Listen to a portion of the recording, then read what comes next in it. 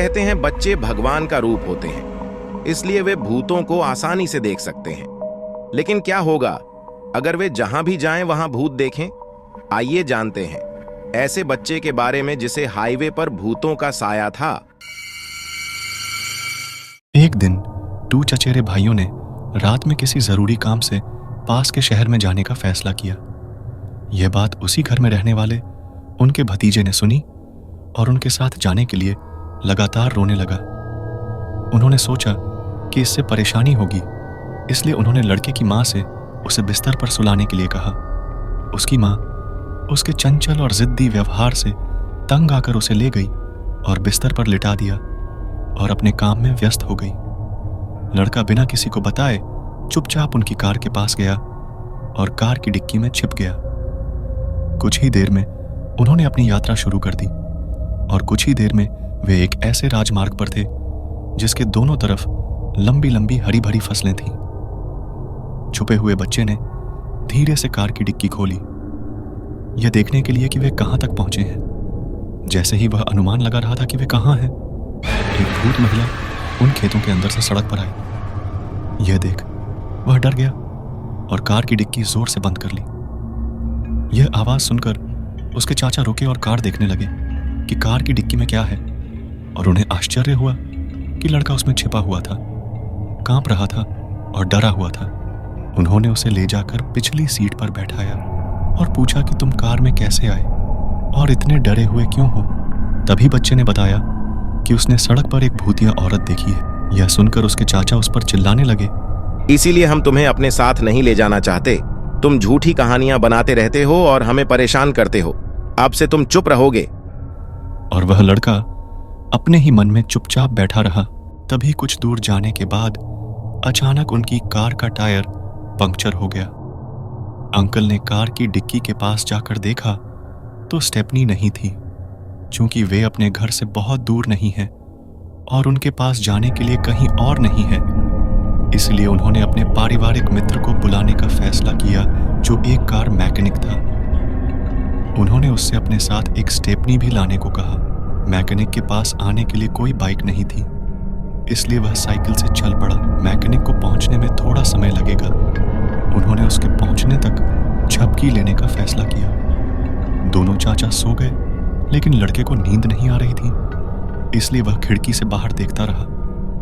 उसे खेतों के बीच में एक बड़ा बरगद का पेड़ दिखाई दिया। जब वह पेड़ को घूर रहा था तो उसने देखा कि पेड़ के नीचे से धुआं निकल रहा था और धुएं में से उसे वही भूतिया औरत दिखाई दे रही थी जिसे उसने पहले देखा था।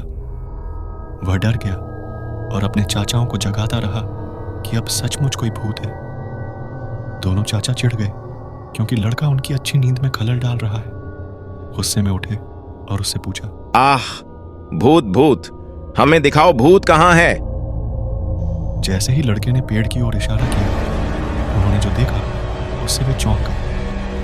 वहां सचमुच सफेद साड़ी पहने एक भूतिया औरत थी जो बड़ी बड़ी आंखों से उन्हें देख रही थी और अपने सारे दांत निकाले हुए मुस्कुरा रही थी। वे डरे हुए थे। उन्होंने अपनी खिड़कियां बंद कर लीं और छिप गए। सभी ने जबरदस्ती अपनी आंखें बंद कर लीं और जो कुछ उन्होंने देखा उसे भूलने के लिए सोने की कोशिश करने लगे। थोड़ी देर बाद वे सो गए, लेकिन अचानक उनकी खिड़की के शीशे पर एक जोरदार दस्तक सुनाई दी। हर कोई डर के मारे जाग गया। वे उस ओर देखना नहीं चाहते जो दस्तक दे रहा था। एक चाचा ने हिम्मत करके ऊपर देखा कि यह कौन है। वह कार मैकेनिक बाहर खड़ा था और खिड़की खटखटा रहा था। सभी को राहत महसूस हुई। उन्होंने चारों ओर देखा और वहां कुछ भी नहीं था। उन्हें लगा कि यह सब बस एक बुरे सपने जैसा है। मैकेनिक ने कार का टायर बदला और कुछ ही समय में उनकी कार तैयार हो गई। वह वापस लौटने के लिए अपनी साइकिल पर बैठ गया।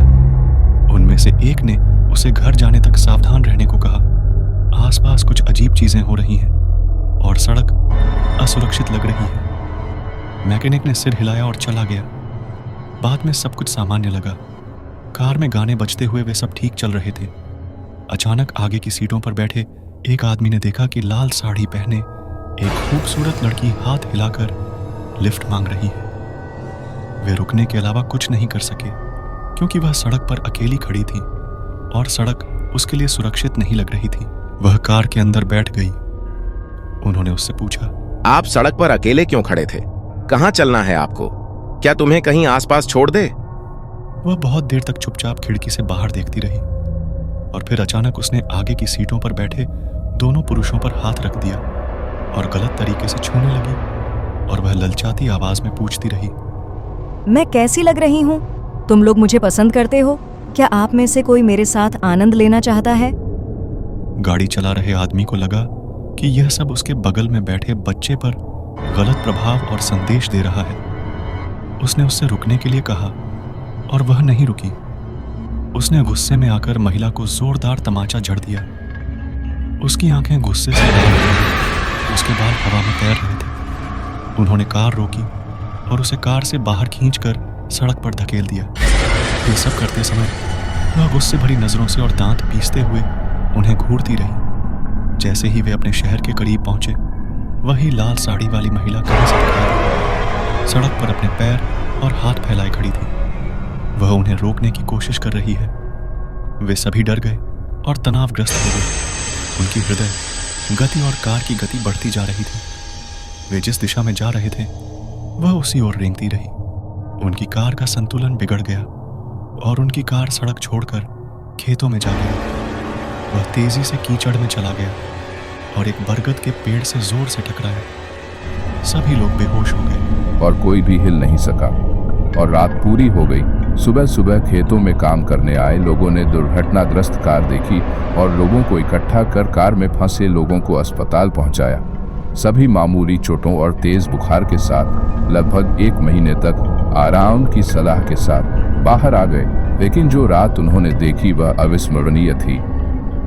इस बीच जो आदमी कार की मरम्मत करके वापस लौटा, वह वापस जाते समय सड़क के बीच में मृत पाया गया। सड़क पर चारों तरफ खून बिखरा हुआ था। किसी को नहीं पता था कि उसके साथ क्या हुआ, लेकिन हम जानते हैं कि वास्तव में उसे किसने मारा, है ना? इसलिए जब आप राजमार्गों पर यात्रा कर रहे हों तो बहुत सावधान रहें। खतरा आपका इंतजार कर रहा है। हम अगले एपिसोड में इसी तरह की रूह कांप देने वाली डरावनी कहानी के साथ फिर मिलेंगे।